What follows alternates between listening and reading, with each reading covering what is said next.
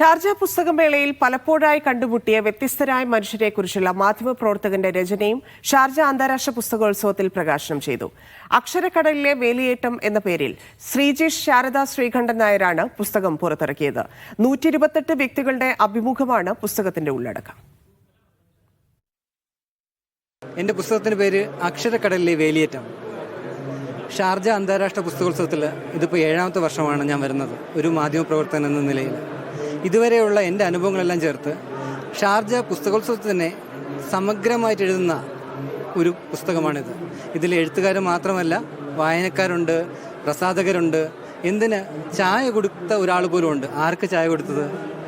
ഷെയ്ഖിന് ചായ കൊടുത്തൊരു കഥ ഈ പുസ്തകത്തിൽ അടങ്ങിയിരിക്കുന്നുണ്ട്. നമ്മൾ കണ്ണ് തുറന്ന് കാണാത്ത, അല്ലെങ്കിൽ നമ്മൾ ഈ ലോകത്ത് കാണാതെ അറിയാതെയും തിരിച്ചറിയാതെയും പോകുന്ന ഒത്തിരി ആൾക്കാരിൽ എന്നെക്കൊണ്ട് കാണാൻ പറ്റുന്ന, ഞാൻ കണ്ടറിഞ്ഞിട്ടുള്ള തിരിച്ചറിഞ്ഞിട്ടുള്ള വ്യക്തികളെക്കുറിച്ചും കാര്യങ്ങളെക്കുറിച്ചുമുള്ള പ്രതിപാദിക്കുന്ന പുസ്തകമാണിത്. 128 ആൾക്കാരുടെ ഇൻ്റർവ്യൂ ഈ പുസ്തകത്തിൽ വന്നിട്ടുണ്ട്. ഷാർജ പുസ്തകമേളയുടെ ചരിത്രം, അതിൻ്റെ അച്ചീവ്മെൻറ്റ്സ് എന്തൊക്കെയായിരുന്നു ഇത് കഴിഞ്ഞ കാലങ്ങളിൽ ഉണ്ടായത്. 198 പേജുണ്ട് ഈ എൻ്റെ പുസ്തകത്തിന്.